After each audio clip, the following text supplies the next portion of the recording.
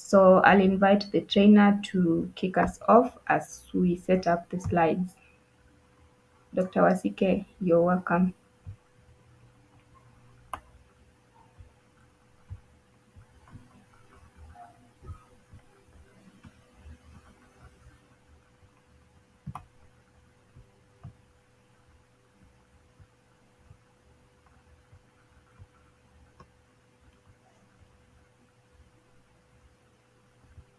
Kindly unmute because we are not able to hear you.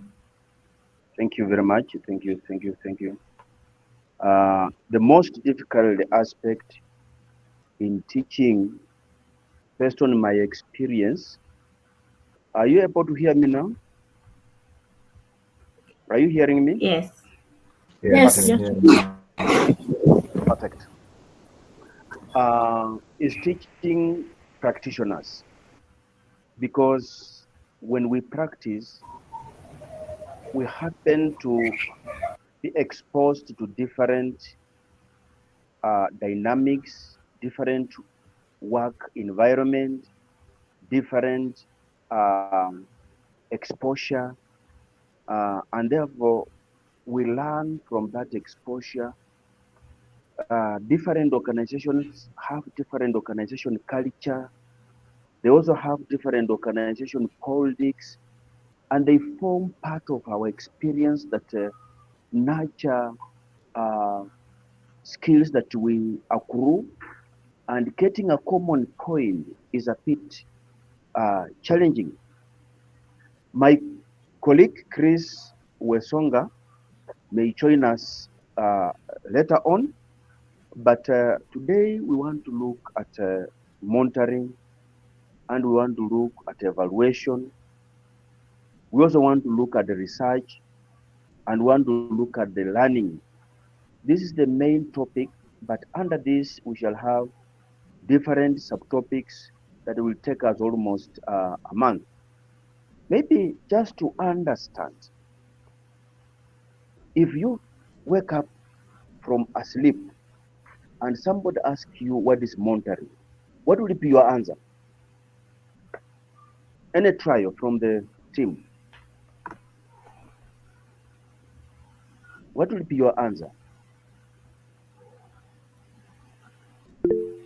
Yes, Sandy, Salina? Monitoring is the process of assessing maybe an ongoing project. Mhm. Assessing ongoing project. That's a very good trial. Any other trial?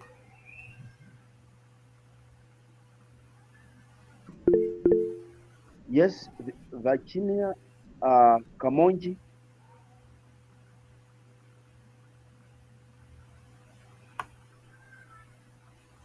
Monitoring is tracking.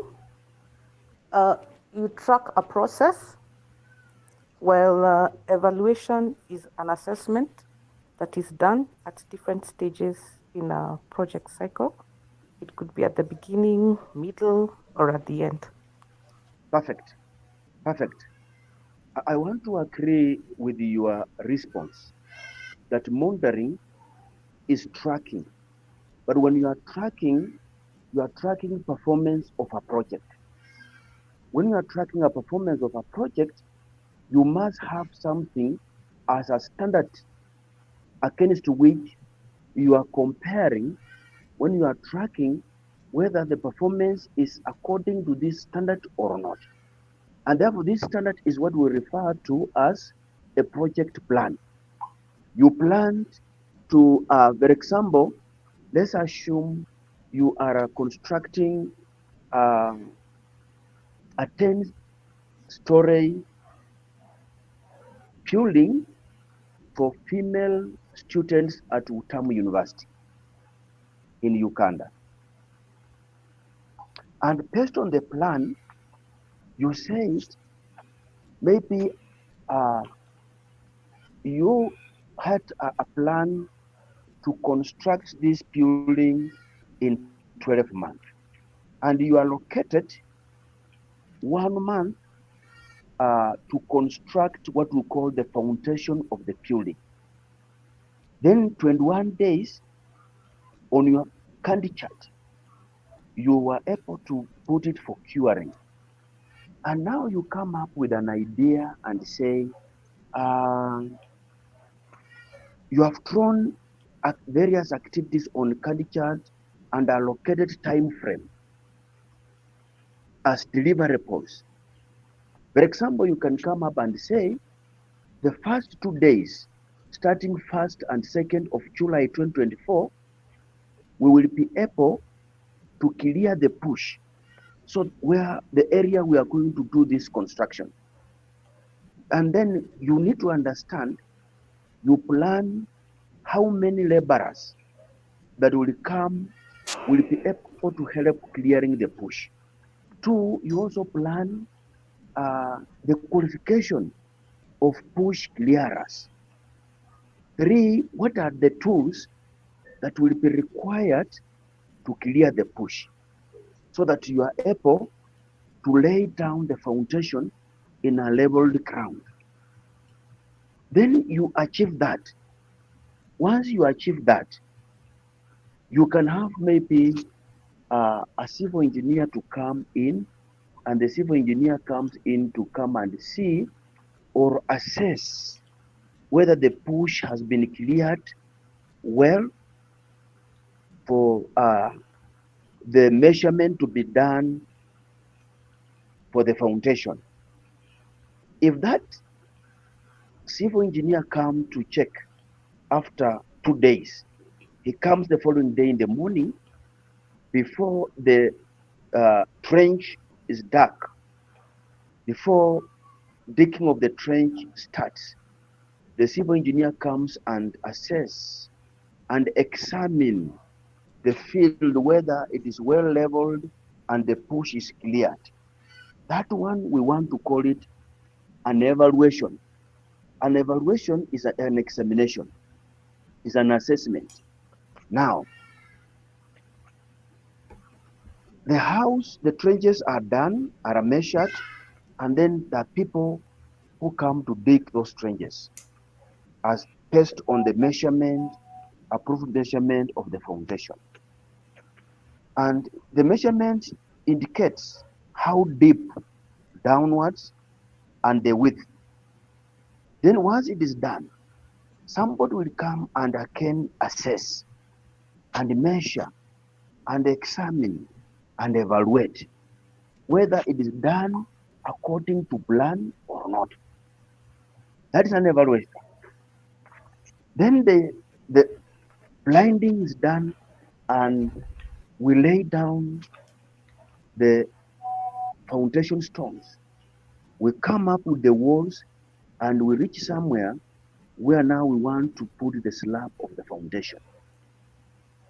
You find the steel is done, and somebody come to check whether that steel is done based on measurement in terms of size, whether the steel was done based on the right materials, right size of steel or not. Once it is completed, then the civil engineer comes and try to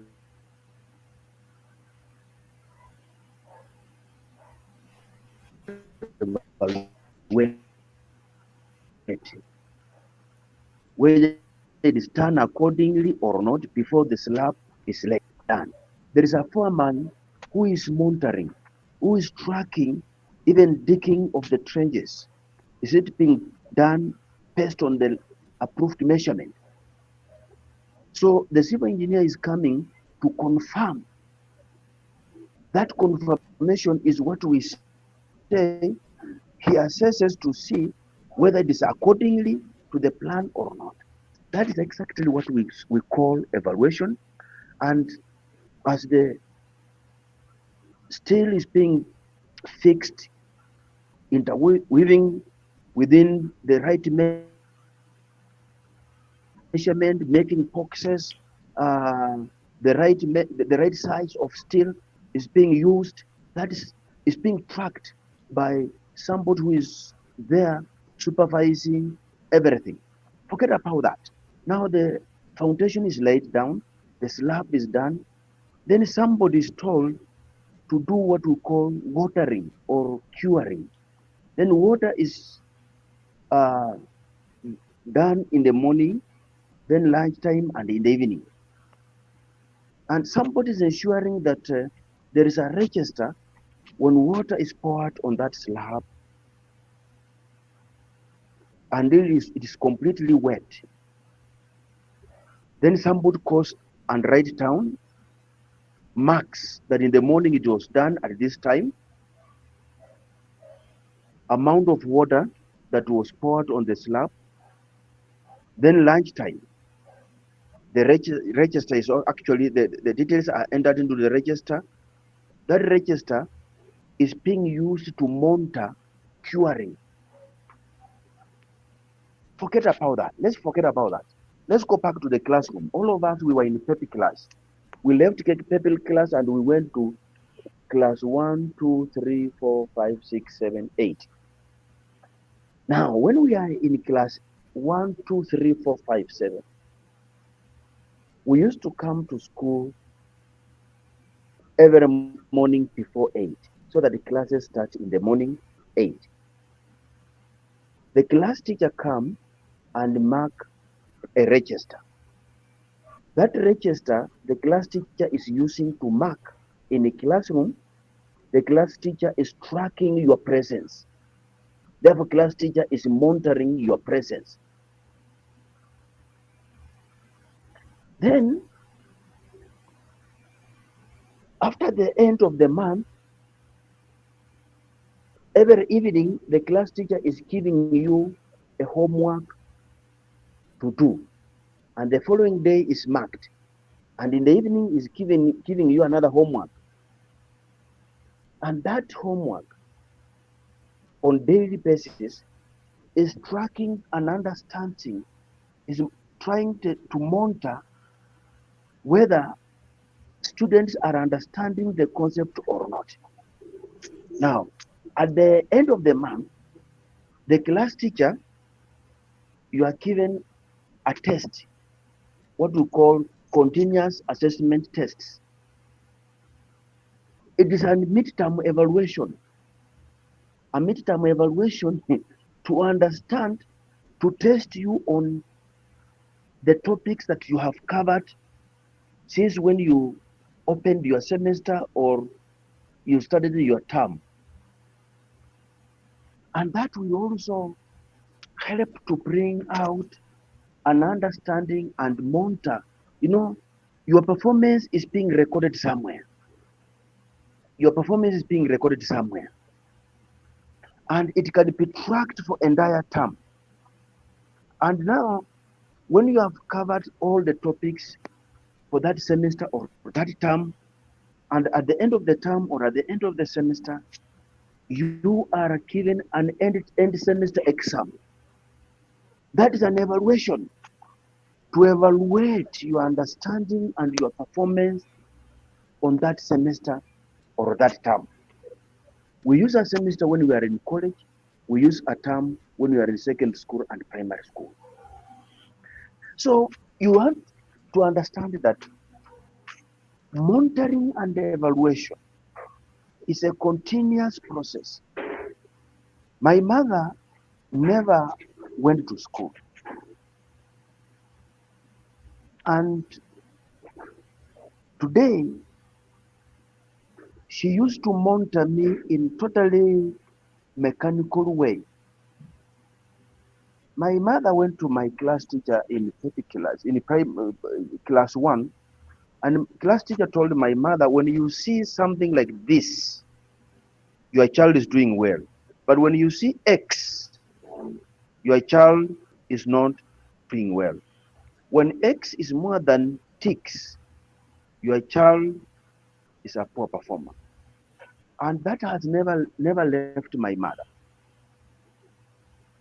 And every time you have to come and count for her because she doesn't know how to count.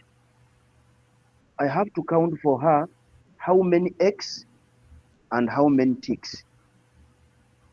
And sometimes today I have 7 degrees, and these degrees I owe them to my mother, because the kind of canes that I used to catch, if you cane like that today's children, maybe the government can come in. The government can come in and sue you as a parent. And I do not believe I regret today. My mother was using X and tick to monitor my performance in the school. And it really helped me. I tell my children, when you eat a bread in the morning, sometimes I don't know what my mother have eaten breakfast wherever she is in the upper country, but it is because of that monitoring and evaluation. So monitoring and evaluation is a concept that is applicable in our marriage, in our family setup, in our farming, in your education, in whatever you do. Maybe before we proceed, I want to get an example from you guys based on that explanation. What example can we learn in practical life as a monitoring or an example of an evaluation?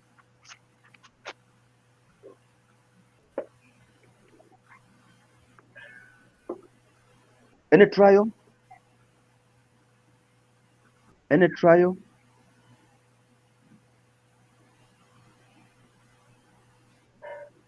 Any simple example?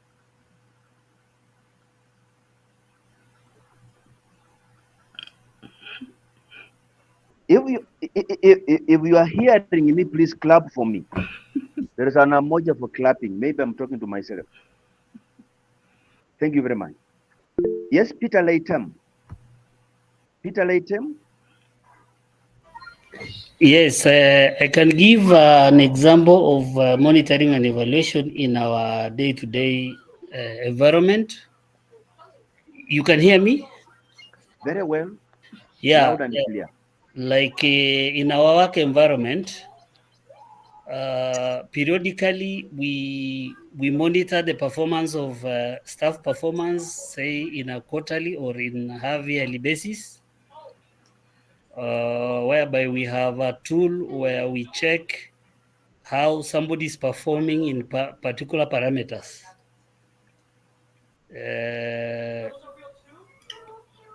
In different work of environment. Maybe you are supposed to be serving customers.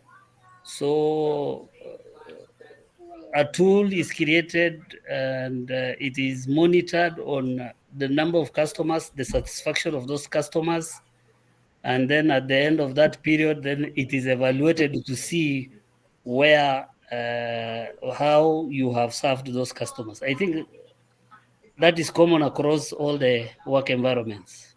Thank you. Any other trial?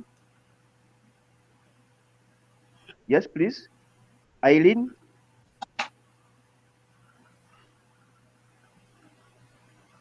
Eileen? Hello. Yes, please proceed. Sam Nyongesa? Yes, my name is Sammy Nyongesa Mauso. I think the best method of doing the evaluation and monitoring is I will take the example like school to see like how this want to see the performance of this class. For example, we say in this term we had a mini score of maybe 36%. Then we say now we are setting a goal, because in every organization we are doing things with a goal, with an objective to achieve something. Then we said this time we didn't reach our goal, or this is what we attained. Then we set ourselves on a next level. So evaluation and monitoring, we are going to see if this pupil this time or the student this time they reached here. Want to evaluate, want to see what was the weakness and what was the strength. We say we are going to strengthen on our strength and also boost the weaknesses so that we can attain our mini score that we are looking at. So we are going to come in with more inputs. Maybe we are going to set up exams here, like before the real exam, we are going to have some tests to test the capability of our students or pupils. And there we can be looking, we can be seeing if there is an improvement or not. If there is no improvement, we are going to put in more effort.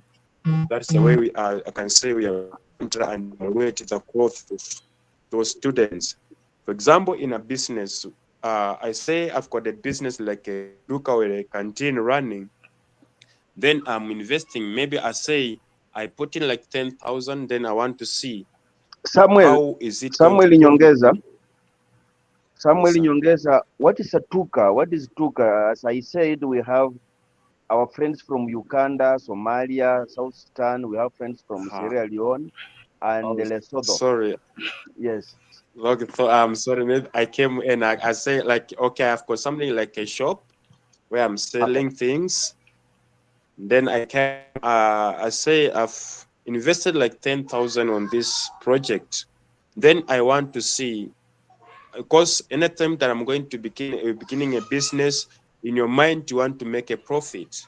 But now to see how things are running, or if the shop is bringing profit or loss, you are going to have something we call like a counter book or a register, or somewhere you're going to make like, if I had 10 kgs of sugar, how much profit have I received? So you are monitoring the flow on the sales of on sugar. How much is bread bringing me? How much is cooking oil bringing in? So you're evaluating a basing on what you are selling. So evaluation and monitoring is going to be, I think, is based on the things that you have set to look on, and also to see what is the profitability and what are the gains and the loss. So from there, you're going to see which things am I going to reduce and which things am I going to increase, because basing on what I am bringing in. I think that is my contribution. Thank you. Thank you very much, Apostle Morris. Yes, I wanted to contribute in terms of the church. Evaluation cannot be done unless there is a plan. So we begin by having a plan, and then eventually, after the work has been done, that's when we come in with evaluating now to see how we have performed.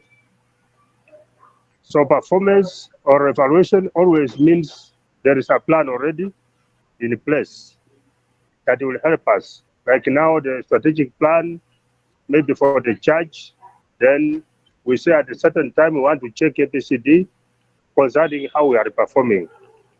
That is an important plan, so that it can help us even to pull up our socks and do better for improvement. Thank you very much. Yes, sir. Thank you very much. Let's hear from Eileen. Eileen, are you there?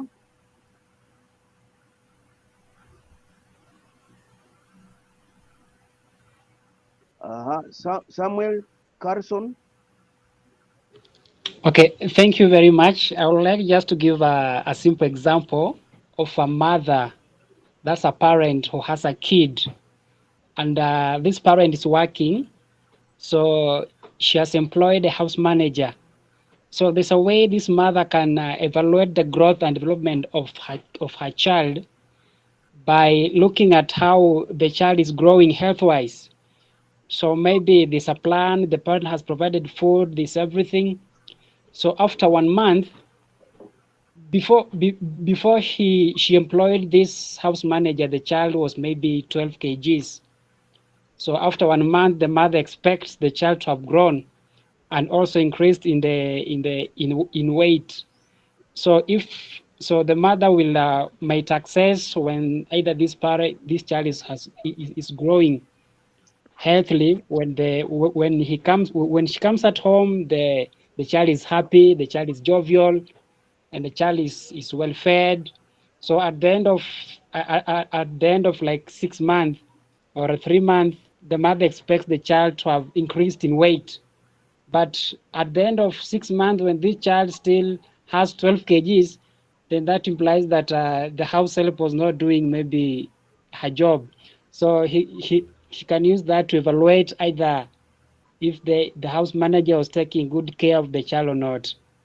Thank you. That is a very good. Just Let me ask you. this one contribution that is really related with what Samuel has said on the chat section. There is Wangeshi Mwangi who says raising children needs monitoring and evaluation. Their diet, education, health, etc. requires skills. Yeah, so I thought I would mention that. And then there's also Todalink Group Limited from the chat section.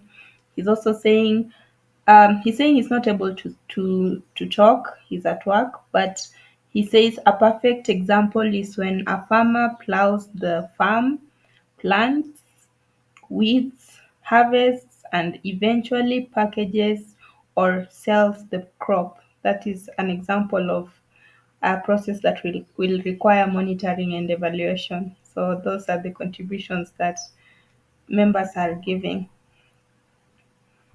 Perfect. That is very, very important. Let me ask ladies. I have seen ladies are quiet, but let me ask them one just question. Let's say, yes, Samuel. Yes, Samuel. I've seen your hand up again. Sorry. Thank you.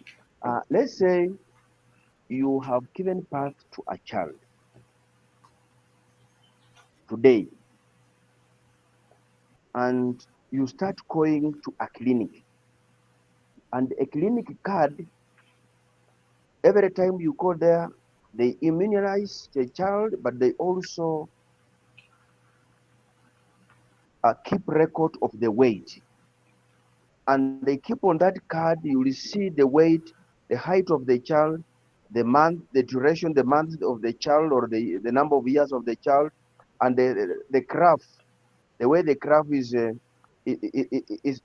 moving. What do we call that card? Immunization. Irene Nafuna, what do we call that card, my sister?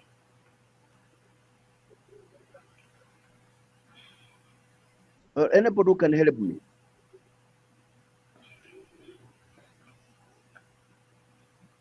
Are you guys hearing me? Is it a clinic card? Yes, a clinic card.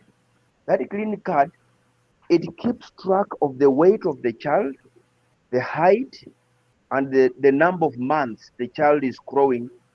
Up to 5 years, I can't explain. And there is a graph based on the weight. And when if it is not going upwards, if it comes downwards, the mother is advised. That is just monitoring. The mother is advised on what to feed the child, or is questioned what has happened. So when we talk about monitoring and evaluation, it is an exercise that we use throughout our life. It is almost in everything. Where I work and where I stay is a walking distance. And I walk, I don't drive. I walk every day. And I keep on monitoring myself using my phone. How many minutes have I walked today? I find that I walk around 10 minutes or between 7 to 10 minutes to the office. And I keep track of that. Now, when I'm walking like that, I might have maybe, before I started walking, I may have measured my weight. Let's say I was 100 kg. And now I've walked for 1 year. And I've monitored myself. I've been walking for 10 minutes every day, to and fro in the evening, morning, that's 20 minutes. And after 1 month of walking, I go and measure again my weight. and I find that my weight is 110 kg. Then I start asking myself, will the walking have the impact on my weight or not?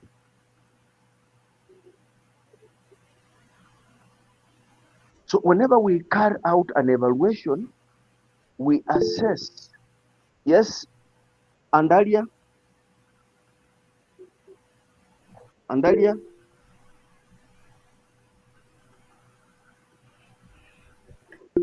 I think we can allow for the presentation to so that we can also allow the session for question and answers because we might not. And there's someone even mentioning that skincare routine is a whole process that require monitoring and evaluation to have a flawless skin. So Perfect. And that is very perfect. That is where an area that we can apply monitoring and evaluation. And young ladies, that is where they have put an investment and attention. Not the ladies of my age. That one they have now given up. They have thrown their hands on wasting time in the mirror.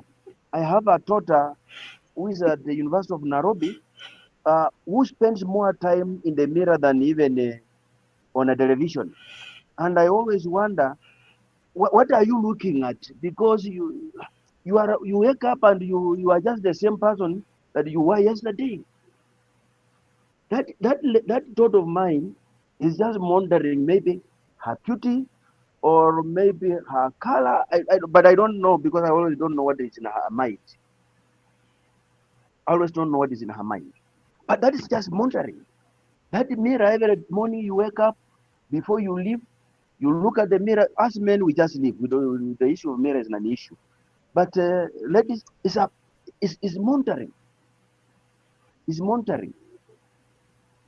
Now, that is the topic we are going to cover the next month. Today was an introduction, and as we introduce ourselves to this topic, there are several things that we look at. The objective of this, at the end of this training, you'll understand the tools, techniques, ideas for more effective managing programs. You must also be able to develop an understanding of the need to execute your monitoring and evaluation research learning more effectively. And you also need to develop an understanding of basic management principles and practice, use of monitoring and evaluation research results to learn and enhance program impact significant. Kindly mute. Kindly mute. Kindly mute. Mohammed, I will ask you to mute. Now, mostly monitoring and evaluation is applicable to a project. What is a project? Because the sponsor of this training, Community Breakthrough Support Mission, and the contracted trainer called Basket One Consulting and Advisory, they don't want us to teach theories. All the facilitators, we are told that we need to be more practical. What is a project? What is a project?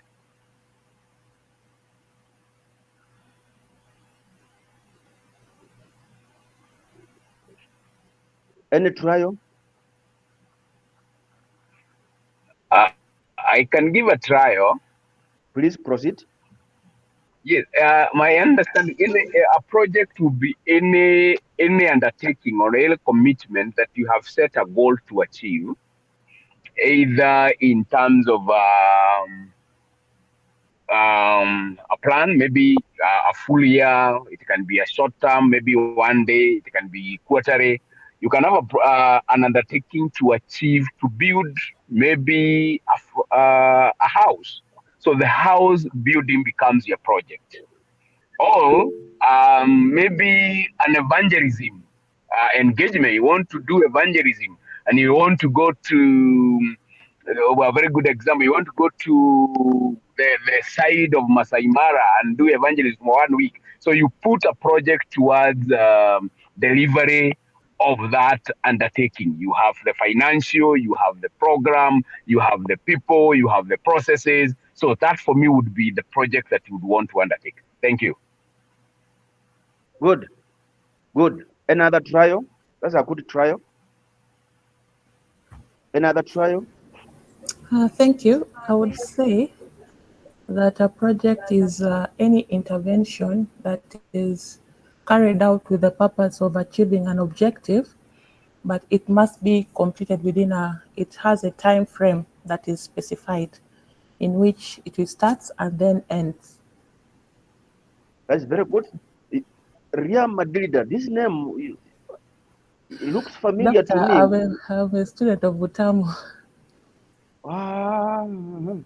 Aha. I think that is why you are giving an accurate answer. Thank you. Thank you very much. Allow me ask you a question. Where is Namahe in this class?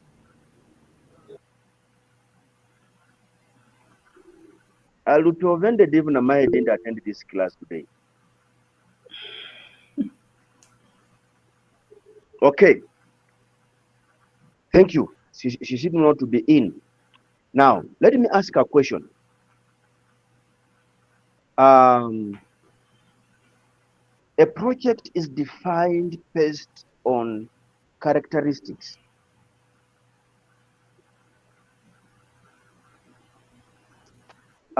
When you look at a project does not have a defined a standard definition of a project, and project is defined based on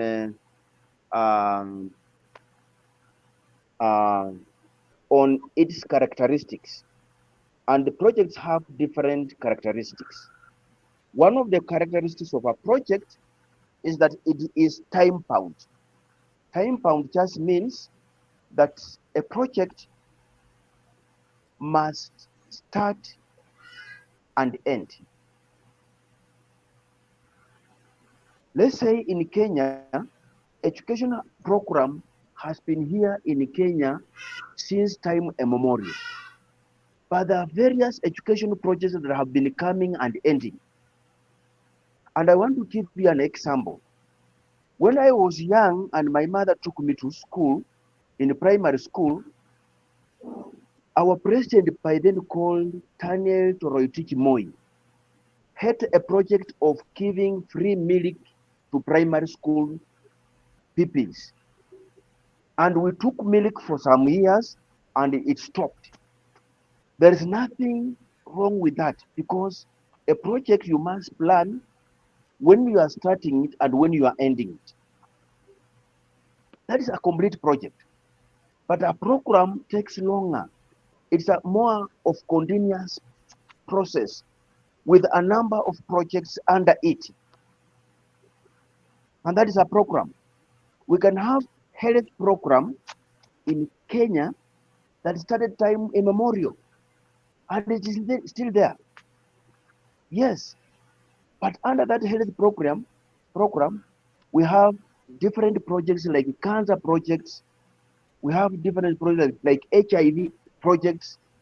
We have different projects like COVID-19 intervention project. It came and go. So it's time bound. Another characteristic of a project is that a project is always a unique. They are never similar. And that is why when you carry out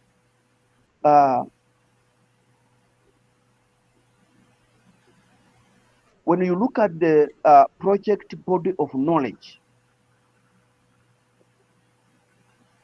and the research that has been done, if you get a project in Kampala, capital city of Uganda, which is very successful, and you use the same methodology and planned, copy paste the method, the approach, and planned it in Nairobi, you find that that project does not succeed the way it succeeded in Kampala. Because projects are unique. They are unique to different environment, different cultures, different outcomes, and therefore another characteristic of a project is that it always have an end objective. Before a project is started, you must have an objective that you want to achieve. So you work out on that to realize that particular objective. That is why today, when you ask Ria Madelita, one of my postgraduate students in Utamu University, she will tell you that we have moved away from traditional monitoring and evaluation into result-based monitoring and evaluation. Result-based because when you come up with a project,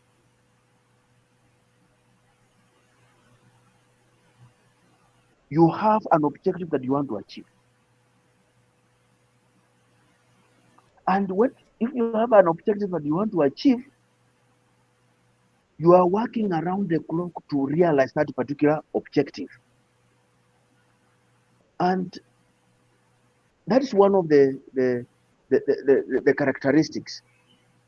Another characteristic of a project is that it is resource-based. It's resource-based. When I started, I said, Community Breakthrough Support Mission is paying for your school fees. When we announce, we say it is free. It is not free. Somebody is paying for it. It's a resource based. Well, there must be a budget. Now, let me ask you a question.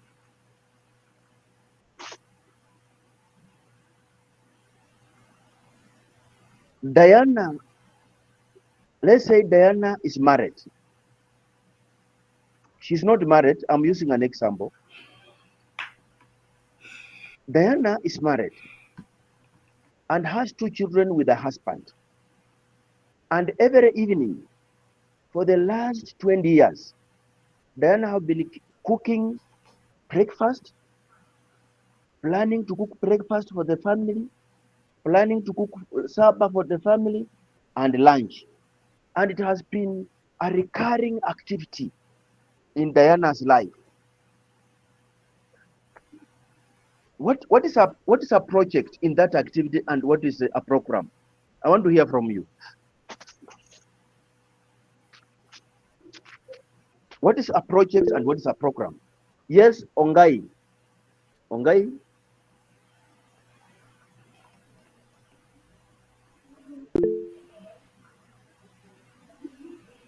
Harisi Abdushkuri. Yeah, yes. Can you hear me? Sir? Yes, please. We do hear you. Yeah, project tool can be the everyday. For example, morning and the breakfast, and at evening. That's the project ending. But the program become like the whole marriage, the life of the marriage become the program. The whole marriage becomes a program. Thank you very much. Another trial. Another trial. Another trial.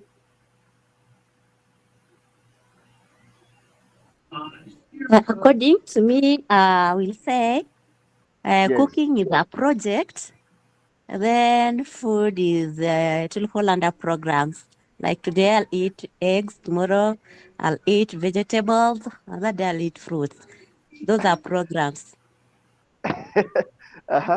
Good. That's another good trial. Another trial. Another trial.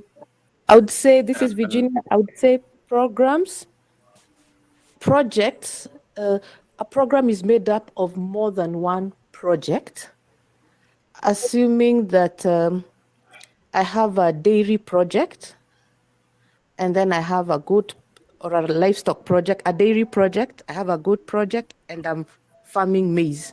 So those can be 3 projects, but the whole of it is a program. Let's go back to Virginia. Doctor, my hand is up. Namaya, I was offended when I didn't see you in the training, but I'm happy. Sorry. Yes. Yes, Namaya. Yes, I've been engaged, but I'm sorry. The whole program is Diana ensuring that she has to cook for the husband on a daily, weekly, monthly, annually, like that. Then the different projects within the program are her preparing breakfast, lunch, and dinner. Yeah. Wow, wow, wow, wow, wow, wow, wow. Can I give it a try? I taught Namahe a master's in project management, and she seemed not to have forgotten the concept. That was almost 2 years ago. I like that. Yes, try Ria Madrida. I would look at the project as the daily routine that she has that she plans for herself each and every day from morning till evening. And then the program, I would think of it in like the husband, the children, the daily chores. So those are all things that make up to build her home. Perfect. Perfect. Can I try for the last time? Some try. Yeah. Yes, sir. I will use a different example. Yes. What Basket One is doing is a project, and under this project, there are programs that we are running. They're running like what we are learning now is one of the programs that you have prepared. Like we are under introduction or today's agenda. That is the first program for today. As long as running to achieve a goal, saying coming out to program and project plus program portfolio, all of them are running. So what Diana is doing is a project. Then those that are running in the programs, you can program that tomorrow I'm going to cook. After that one, I'm going to wash. After that one, I'm going to iron. So there are programs of the day that is according to me. I like that. Now and by the way, most of the answers you have given are correct. It's only the language have changed. But let me tell you the truth. Yes, Josephat Nangole, I'm happy to see another student of mine in Turkana University. Josephat, can you say something? Yes, thank you, Mwalim. Yeah, maybe I want just to add something on a program. Maybe I can say a program is a series of activities that are scheduled. Thank you. Thank you very much. Now let me give you an answer. A project, and when I explain, you look at the, yes, Wesonga, you have something? Let Wesonga be the last contributor. Yes, actually, I also wanted to use my own language. Can we say a program is a long-term activity and a project is a short-term activity? Because this long-term activity, like for example, Diana's story, her marriage is long-term, her husband is long-term, her children are long-term. And this kind of preparation of meals, these are short-term. I'll stop there. Thank you, Wasonga. That is a very correct position. One of the characteristics of a program is that it covers like 5 years and above, but below is short term, which we call a project. But I want to shock you, Patronilla. A project can take 1 minute. 1 minute. Let's just put it in our simple manner. Now let's forget about everything and go to Diana, Kate Diana, uh, Diana, to get the example of Diana and her marriage and the two children and the husband. Now, Diana works at Basket One Consultant as a communication consultant. So, which means she has a house manager, and Diana has children, and the husband works somewhere else in community practical support mission. Now, Diana will plan what will be the breakfast tomorrow morning. Will plan what the children will eat in the evening, what the family will eat in the evening. Diana will budget for it. There are resources that Diana will go and buy and prepare dinner. If let's say we are only talking about dinner, dinner is a complete project on its own. Lunch is a complete project on its own. Breakfast is a complete project on its own, and it has all the project characteristics. Now, Diana has been doing this for the next 2 years, 3 years, 5 years. He has been planning and cooking for the family and ensuring that the family gets delicious meals. Then that becomes a program. And you'll find that what Diana prepared lunchtime is not what she's going to prepare for the family for dinner, and it's not the same that is going to prepare for the family in the breakfast. And that is what we call projects are unique. They are completely unique.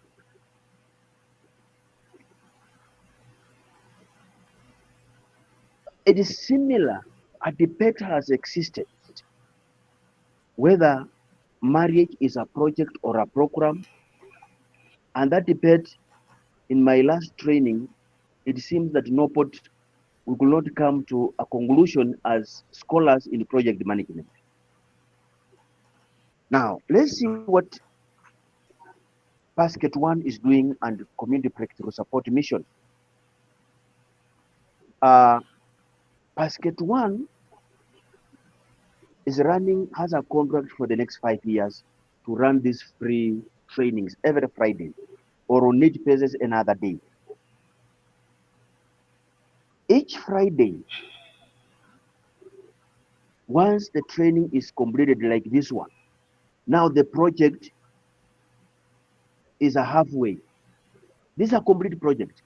But for 5 years, it will be a training program that Basket One has to offer free training. But each training that we have per day is a project. And that is why those who have been with us for some time will tell you that we have had different presenters or facilitators under different topics. And whenever we complete that topic like this one of monitoring and evaluation, we issue a certificate and we announce for another topic. So projects are defined based on characteristics. What is called a portfolio? The meaning of portfolio is a collection of range of assets, skills, materials owned by, even including financials, assets, and other things that the project has. In Basket One, we can say Basket One has a portfolio of qualified trainers. They have resources like online training resources, platforms. They are accredited by Kenya Institute of Management, by NITA. They are accredited by Strategic Center for Research. You know, it profiles the portfolio that they have. They are. Now, there is a relationship we have discussed about project and program. Both program and project, they need portfolio to exist. Let's say we are building at the University of Nairobi, atometry. Please, let's mute. We are building atometry at the University of Nairobi.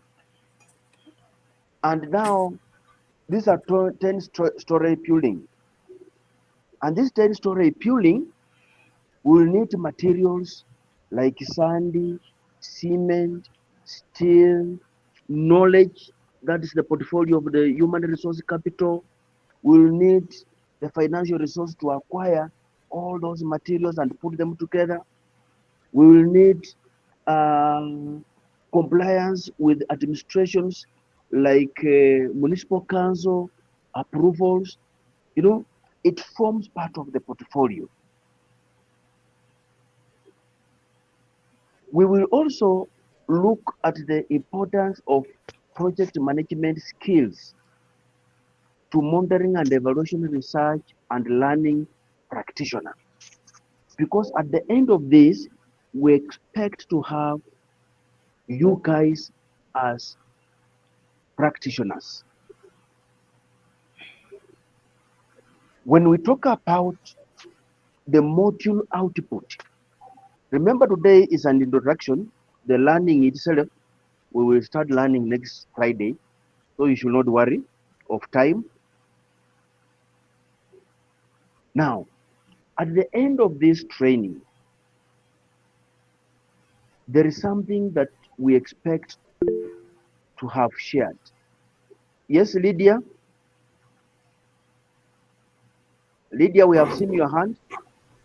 Good evening, Doctor. Good evening. I need more clarity about the portfolio. Is it a document? Perfect. That's a very good question. Portfolio is a document that profiles the resources that the project has. And you can talk about a portfolio of a person.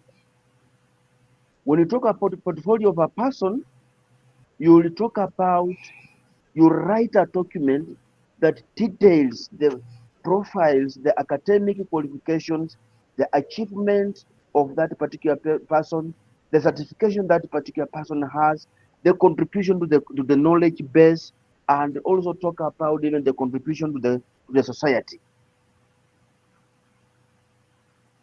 And that is what we call portfolio.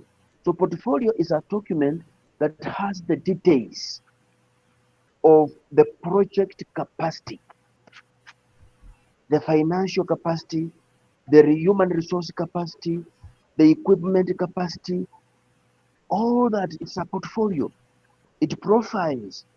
So when you look at that portfolio document, you are able to see the qualifications of the people that these people had. So that is what it is. Now, at the end of this training, when you get the certificate, we expect you to have an output. The output of this training is the knowledge that you will acquire. The knowledge that you will acquire, which is going to help you depending on your industry. As I said, we are exposed to different practices in different industries. I saw my friend Peter Leitem, who is a manager in the National Hospital Insurance Fund, currently called SHA. Peter is exposed to a different working environment than somebody who is working in a factory, let's say, Mumias Sugar factory. The working environment and the working structure is different. And therefore, we have different application of this knowledge we acquire and skills. And we are tailored, we are formed, we become, our portfolio is fueled by that particular experience Peter has and Robert has from wherever he is, and Ria Madrita has from wherever she is. And therefore, we apply this knowledge in different industry, in different working environment. And that is why in universities and in trainings, we teach what we call standard concepts. Standard concepts. Skills. Skills, they are acquired not necessarily by learning by hearing, but learning from the job.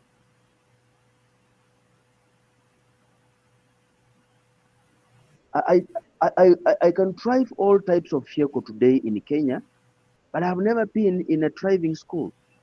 Somebody just tried to train me using a pickup. Those days when we were young and energetic, ambitious, and trying to acquire a number of things. And I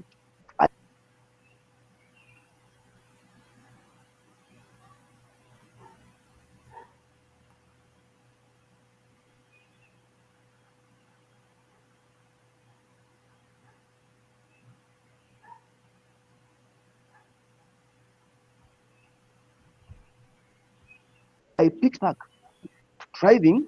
That training was actually what we refer to as skills, training skills. I acquired them using what we call practical training.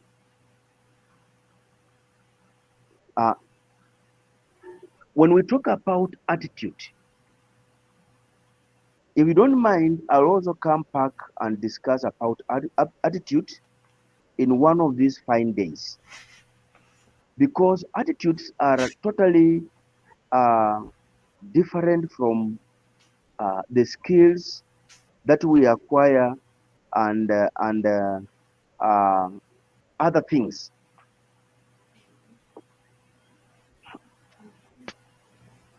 Attitude is fueled by perception. Attitude is something that you can develop. Attitude can be negative or positive. Even if you have 2 PhDs like myself and 4 masters and a bachelor's degree with first class honors, I'm describing myself. You cannot deliver and perform if you have wrong attitude. It is an attitude that fuels a team. It's an attitude that fuels a culture. It's an attitude that fuels. Eric Correll, please mute. We are in a class. Eric Correll, kindly mute. We are in class. It is an attitude that boosts it acts like an oil for you to put the skills and the knowledge you have acquired into various practices. So attitude is the power that helps you to deliver and unleash the potential in your professional capacities. If you have a wrong attitude, which is a mind condition, it's a mind condition,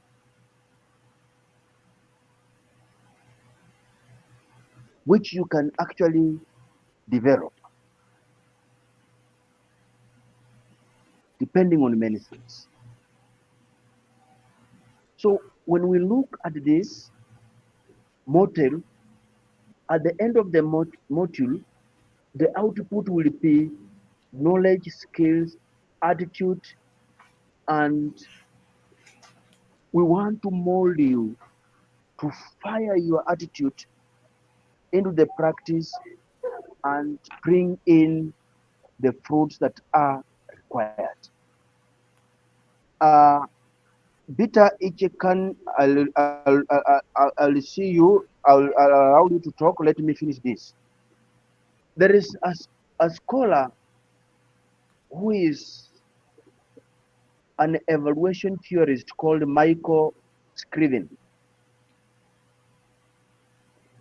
came up with a study which led him to make a conclusion that the aim of evaluation should not be to classify programs as success or failures, but to improve them. Based on Michael Scriven, who is an evaluation theorist, this guy looks at the aim of why we should carry out an evaluation, not to determine that this project failed or this project succeeded. If that is the case, I want to tell you this.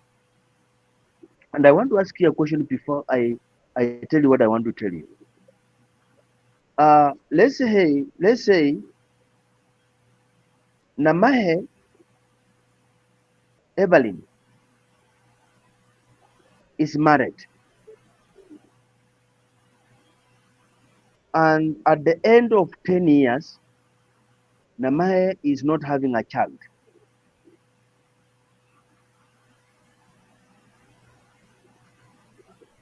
In African culture, that brings a very bad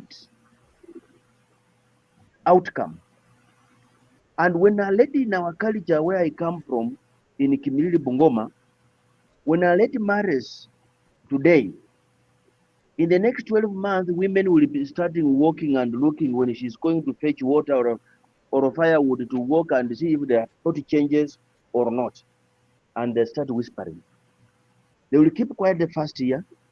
The second year, the whispering will be a bit loud. And the third year, Eric Coril, kindly mute, we are in class. And the third year, as the number of years increases up to 10 years, the evaluation will start now bringing to create problems. Why? Because the objective of marriage in African setup is children. Any other is individual objective that nobody wants to, the community don't want to factor. But when you go to advanced countries, people marry to have a companion. People marry with different reasons. And therefore, when after 20 years, there is no child in that marriage, can we declare that marriage as a failed marriage or a successful marriage? When the couple are very happy, they have wealth, they have acquired wealth, they respect each other, they love each other, they appreciate each other in their state. I want a response. I want to see if you have understood the concept or not. Any trial? Any trial? Or can I repeat? Did you guys hear me? Okay, Mwalimu, I can try. Yes, first one. Yes, so you are just talking as if we come from the same village, because I'm from Maini, that is in Kimilili Constituency. First one, I'm not hearing you. As you have said, sorry, I just want to confirm from the whatever the experience that you've told us. I'm just from the same maybe village where you come from. So from the look of things, it's true that when you do not sire kids after marriage, like let's say most of the time it's 9 months, they do not even give you 12 months, Mwalimu. They give you 9 months. If the stomach does not protrude, then probably they term it as a failed marriage. That is that is from where I come from. But currently, in Gen Z generation and even digital world, kids are by choices, not by whatsoever the people are saying or whatsoever the community is terming and telling you. Yes, based on our culture today in African setup, that project will have failed, or that program will have failed. Another trial? Can another person give a response based on Michael Scriven, who is the evaluation theorist? Yes, Peter Ichikan. Samuel, Gasan. Okay, thank you so much, Daktari, for the insight. So I will take two kind of two different perspective. One, the African perspective, and then two, the European culture. So in that context, when we are basing our argument in the African context, then that program would have failed. But when we factor in what Michael Craven says, that the aim of evaluation should not be to classify programs as success or failures, but to improve them, then that again now it forces us now to appreciate, so long as people are happy and there is companionship, people are helping each other, then that program should be termed as success, not as a failure, based on his argument. Thank you. I like that. Yes, Wangesi Mwangi. Wangesi Mwangi. Wangesi Mwangi, are you there? Let's hear from Jeremiah Lukokobe. Yes, Doctor, thank you very much. I'm Jeremiah from Uganda. And I wanted to contribute something. You said some point, I do agree with my colleagues, but you said some point that these people, the European, from the other countries, usually get married for companionship. And so I think a project is a success when the objective is met. So even when they don't get the kids, their objective was for companionship. In Africa, marriage is for producing kids, period. So if we don't get kids and we don't see kids, that marriage is regarded a failure. Thank you very much. Let's hear from Namae. Namae will be the last. Wangesi Mwangi. Let's hear from Wangesi Mwangi. Okay, based on what is happening nowadays, I think people are embracing marriage where you don't really include other people in your marriage. And I think once we start doing that, this baby concept, let's just love each other, let's just be friends. And I think people have successful marriages, whether they have children or not, as long as the marriage is based on love and there's companionship. But if you got into marriage just for the purpose of creation of children, of course, it will fail. But if first there is love and there's friendship and the children don't come, at least both of you will have an understanding of what happened. So the marriage will be deemed very successful. So it's not about children at the end of the day. It's not about the in-laws, what they say. It's not about the neighbors. As long as the fundamental principle was love and friendship, then that marriage, we can go celebrate and say it's successful. Thank you. Wangesi Mwangi, allow me ask you a follow-up question. And Yes. you will forgive me because I'm a teacher. Yes. Wangesi Mwangi. Yes. A project and a program, does it have stakeholders? Yes, it does. So where are the stakeholders in marriage? At the end of the day, at the beginning, it's both of us. I was coming there to say something. You are coming there to say something. Please say it. We are learning. We are learning. Even me, I had to say something. Yes, Namahe, say something. Doctor, according to me and today's generation, especially in Uganda, what inspires a couple to go in marriage really drives the marriage. Now here in Uganda, honestly, in the current generation, it is all about planned kids.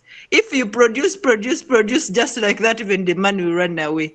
So the success and the failure of the project called marriage really depends what inspired you to enter into the marriage as of current situation. Thank you. Can I say? Yes, say something, my brother. I'll go somehow biblically on the concept of marriage. First of all, the Bible says, and God said, it is not good for a man to be alone. And so he made him a companion. And he gave them a command, say, go, reproduce and fill the earth. Inasmuch as children are a factor in a marriage, then God is the one who gives children, not a man. You can be fertile, but you cannot produce. You can plant a seed, an abortion occurs. Then it comes to a story of father of faith, Abraham, and mother of faith, Sarah. They married for many years. They could not produce. Even Sarah said, my husband, my Lord, is now old, even he cannot do anything. But remember when Sarah gave Hagar to Abraham, the child was found. But was that the end of their marriage? No, it was not the end of their marriage. They still lived and loved each other. And the time came when the time was right. A child came. So you can marry.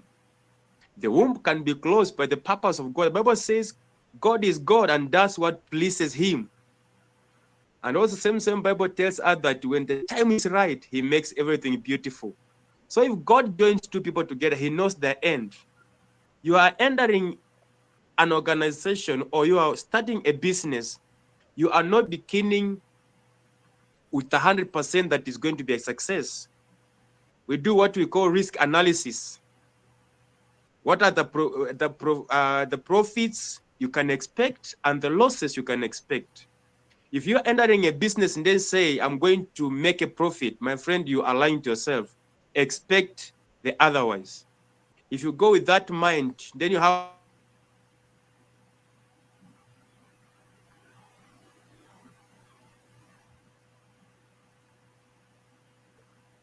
Some have lost your voice.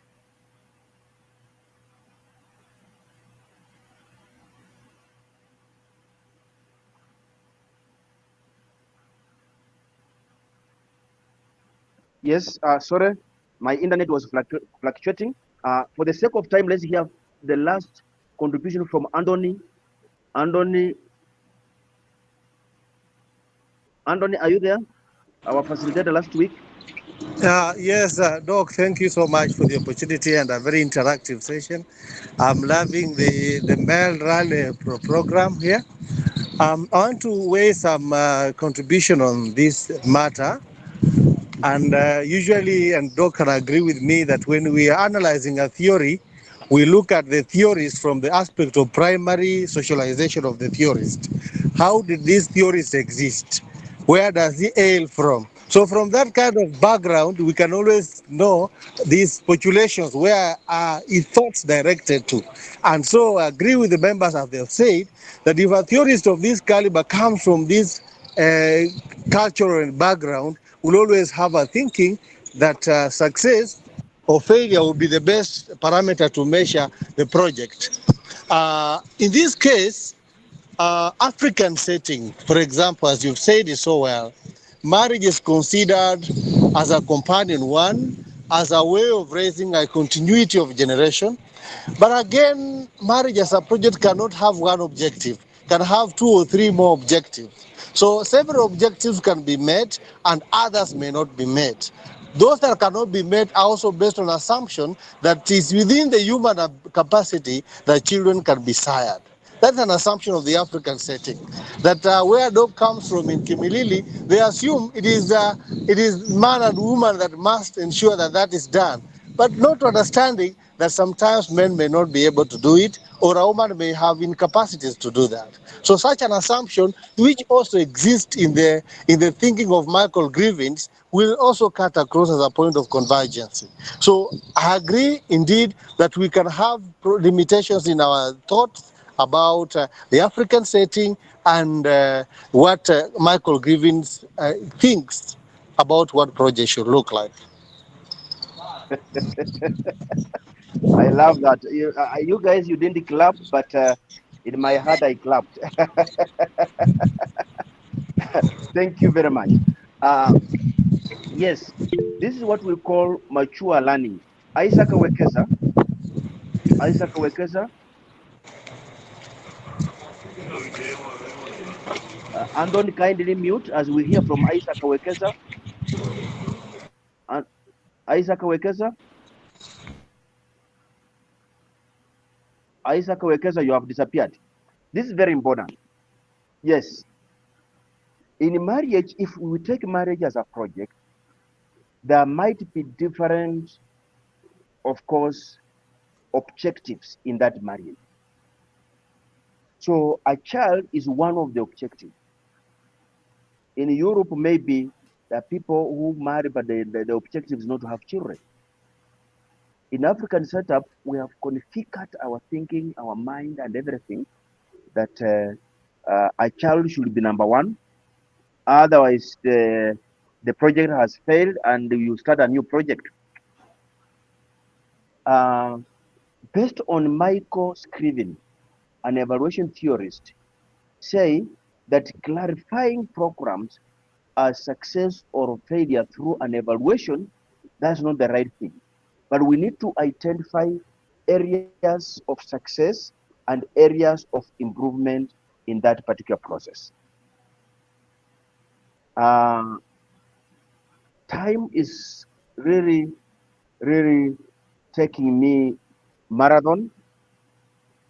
We already covered this. What is a project?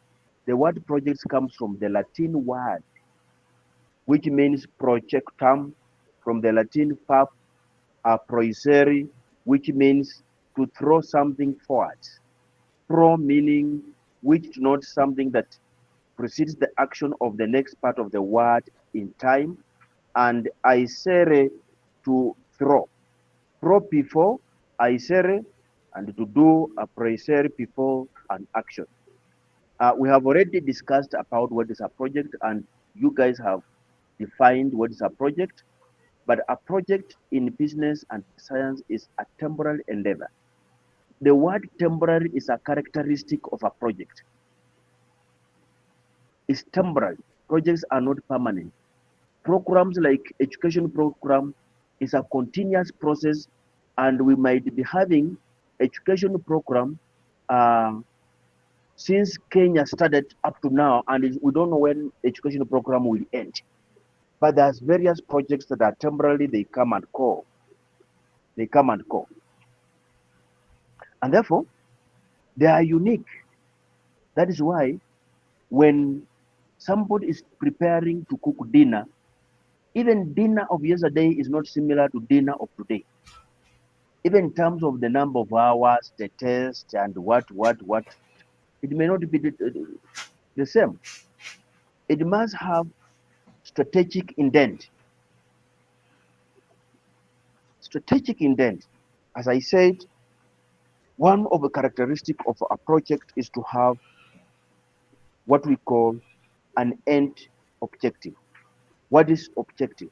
There must be plan. Projects don't just wake up and you run a project. But I can tell you, if there is a market day like where I come from, a market day is on Thursdays. If a lady wakes up in the morning and plan to go to a market to spend like 3 hours and then come back before lunchtime, that is a complete project.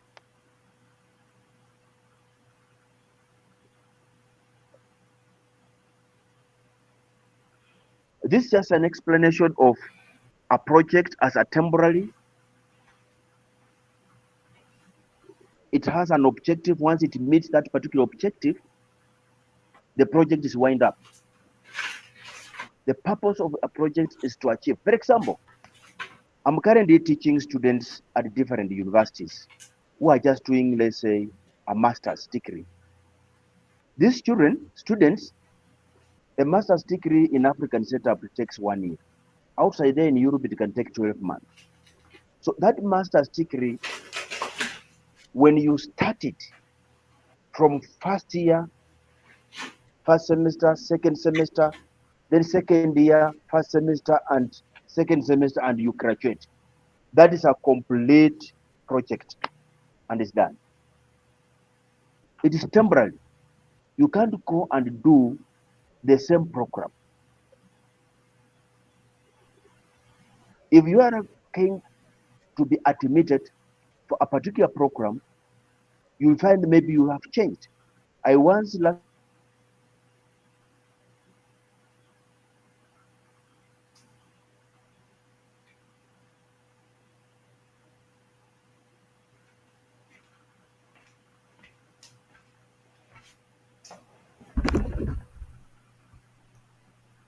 We've lost you.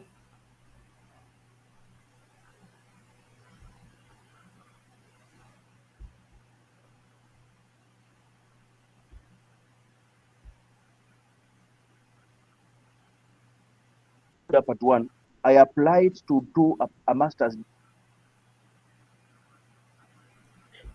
I think you're muted or there's a problem with your network. We are losing you from time to time. Sorry, thank you. I'm using bundles. I'm in a particular hotel that does not. I actually didn't ask for Wi-Fi, so I've been used. So when somebody calls me, it interrupts.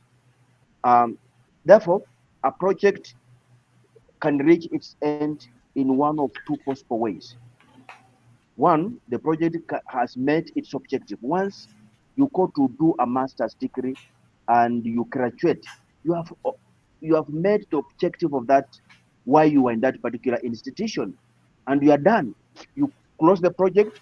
You can't continue there to keep on repeating the same course, the same semester. It can't be happened.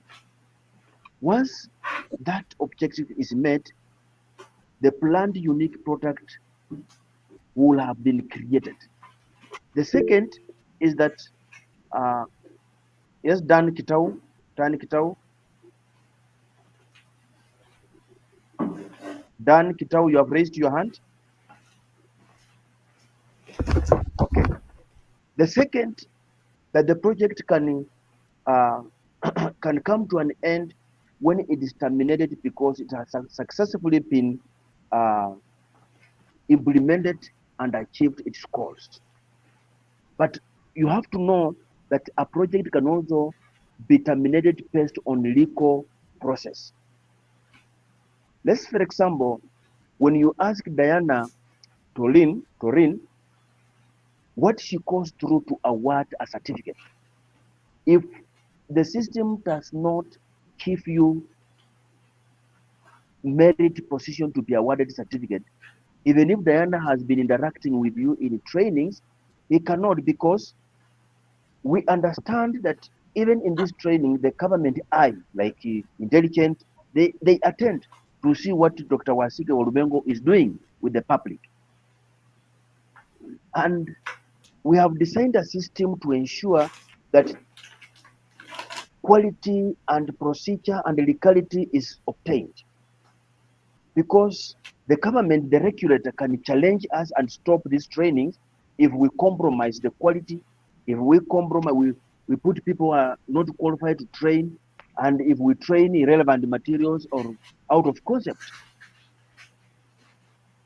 I've seen doctors, lecturers from different universities attending these courses. And therefore, if we do that, the regulator, the government, has a right to come and terminate, stop this project, and ban us from training. So there are other factors that can bring a project to an end. You are progressing, but you seem not to be moving towards the objective of the project. You can't keep on going. If you start a project actually from Nairobi, and your project is to travel to Kampala, it will take 12 hours. But unfortunately, you bought a wrong pass. The pass is going to Tanzania. And when you reach Namanga Porter, you realize it is written "Welcome to Tanzania." That is a project that you can't continue. It's a project that you terminate from there, go back to Nairobi, and take the right path and starting going to Kampala. So there are several projects, there are several reasons why we can terminate the project. Allow me end here because time is not on my side. We will continue from here next Friday. I ask any question and clarification for what we have covered. Any question, clarification for what we have covered? Yes. Before the Q&A, I'll invite Samson Sitati to lead the Q&A session, thereafter leading the closing of today's session. So to ensure that we speak in turns and we respect each other's opinion, and invite Mr. Sitati to lead the Q&A session. Thank you, Diana. Thank you, Dr. Wasika, for the training today. I would like all of us to not forget to sign in. I have shared the attendance in the chat. Please make sure that you sign in first. And anybody with a question, you may ask Dr. Wasika so that she may clarify what you need to know. Thank you. Wasonga, let's start with Wasonga. I have seen the hand up. Wasonga Patronila. Okay. Yes, I just needed to know, it's just for my own understanding, about education. Education never ends. You can do education at your own age, at each and every age. So it doesn't have a limit. It doesn't end. So we call that as a program. However, can we also call education as a project? Because you start by going to nursery, you go to primary, it has a time bound. There is an objective that you need to meet. And then you also go to high school. There is also that objective that you need to meet after Form 4, after 4 years. And you also go to college, or rather high campus, for 4 years. There is also an objective you need to meet by making it up to your career and come up with a certification or whatever. So can we also say education is somehow a program and also a project? Just my own understanding. Thank you. Education is not a project and a program. When you join PEPI class and you call PEPI 2, PEPI 1, or PEPI 2, PEPI 3, you know me, I'm dealing with the grandchildren, so I can't know these things well. That is a project. Then you call class 1 to class 8. You complete class 8, you get a certificate, what we call KCP certificate. That's a project. You go to Form 1 and you exit in Form 4 with KCSE certificate. That's a project. You go to a university, you cover 3 years or 4 years, and you come up with bachelor's degree. That is a project.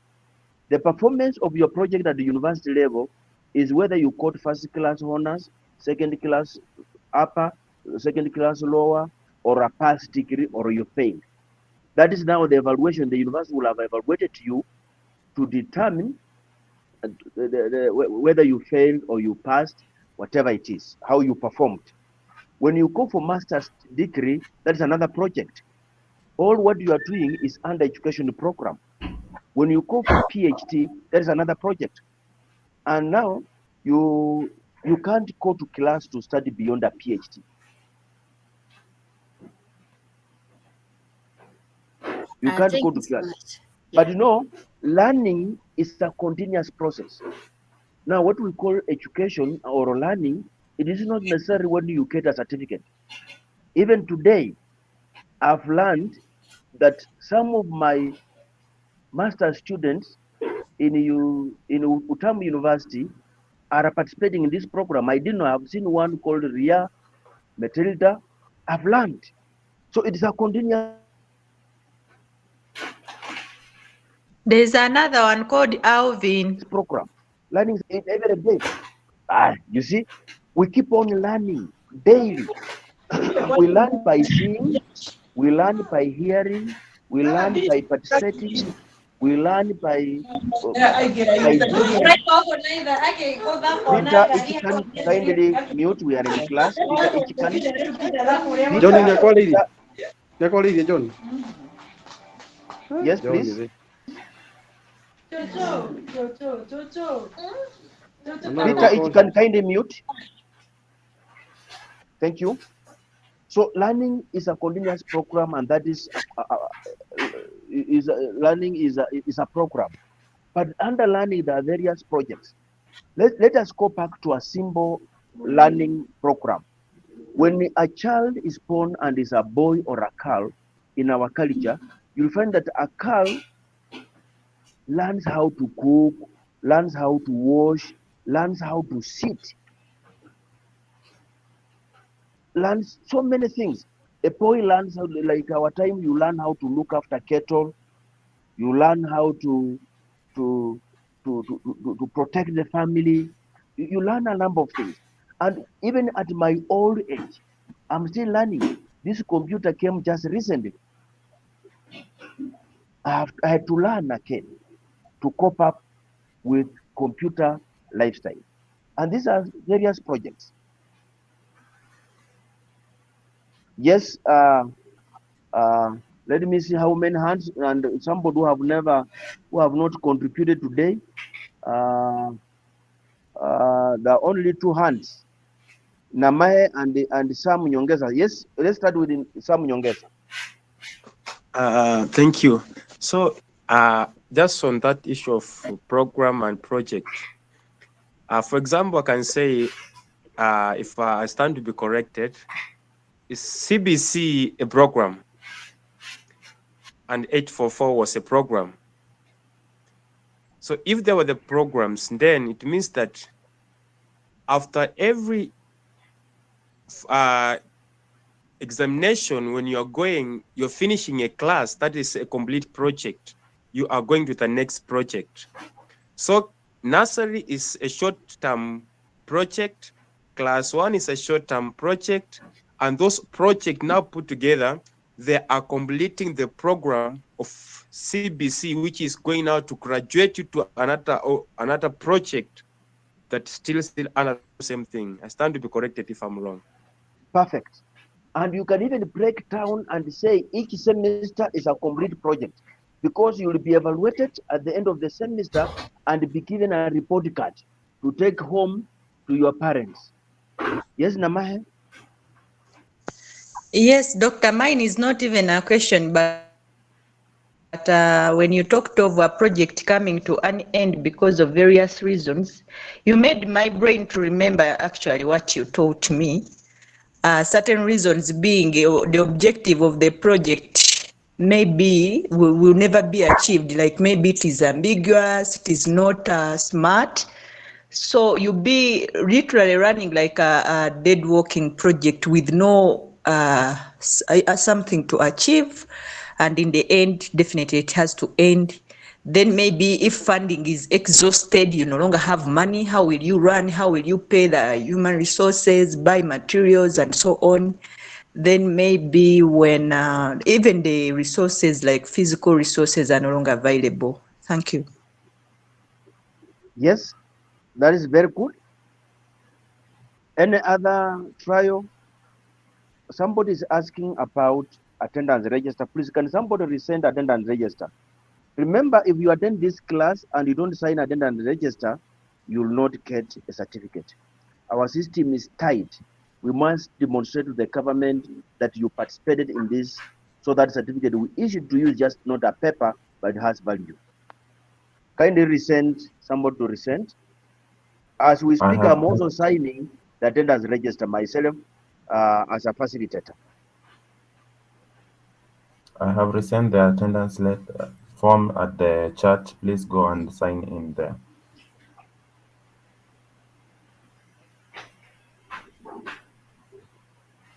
Any other? Mwalimu, I have a question.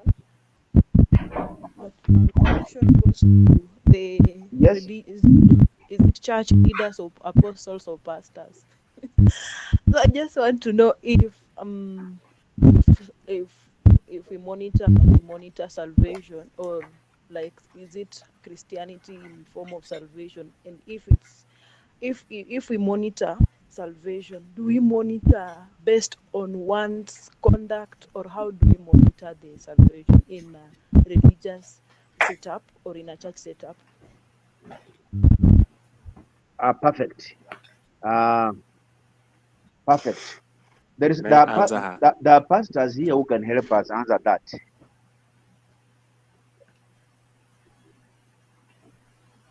Pastors? Yes, Sam? I can answer her. Sorry, I'm a small pastor. I can give you according to the concept that I have. Bible say you not measure the salvation of a person by their appearance or what they say, but their action. So during evaluation and monitoring, we are not monitoring the spiritual life of a person, but we are monitoring the entire body or the entire church. To monitor the church is to say, if this month we have been 30 members, how can we, the next month, have we reduced or have we increased? Then also it comes to the church, maybe we are saying like offering and tithing. If people have not been tithing faithfully this month, or they have not been offering faithfully this month, what can we do? So that is what we are saying, evaluation and monitoring the progress of the church. But a person cannot evaluate him or her, because the Bible says the heart of a man, of a person, is so deceitful, who can know it? Only you yourself as a Christian and God can evaluate yourselves. But a pastor cannot evaluate you. You can come and be a hypocrite, and at the end, you know what you are meaning, or you know what you want. So evaluating you in your spirit, it is not possible. You can just evaluate the growth of the church, the membership, the finances of the church. Are we growing or are we stagnated? Are we going somewhere? Is there accountability? That is what we can do in a church. Thank you so much for that guidance. It's a debatable thing. I wish we had time.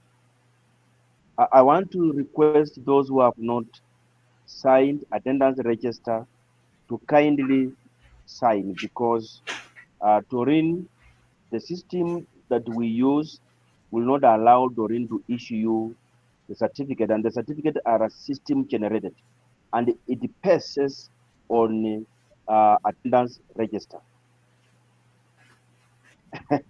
Wangezi Mwangi is saying, let us wait for rapture.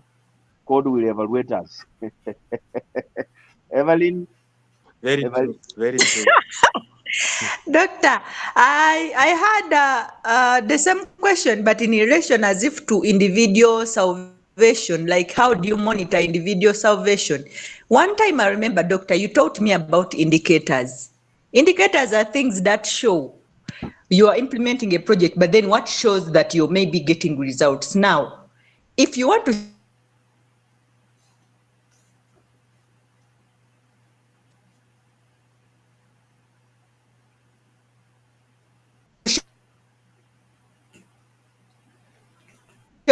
you look at things like how many times the number of times she reads Bible scriptures, even the general behavior. Naturally, there are things born again Christians don't do. For example, maybe drinking alcohol, dressing indecently, and so on. Thank you. We are going but to remember also that remember the devil comes like the angel. Yes, as I said, this is a very long debate that we need time. We are going to talk about indicators. It's part of what we will learn. That indicators.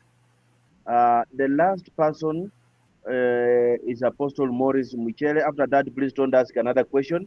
We will meet again Friday, but please remember to sign the register. Apostle Maurice, remember to sign the register. You have been training and having challenges to sign the register. Proceed, Apostle Maurice.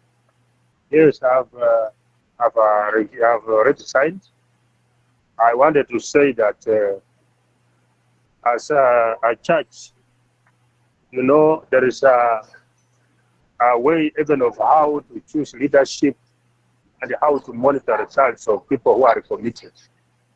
And therefore, we have to use that commitment register to monitor how people are performing, how serious they are.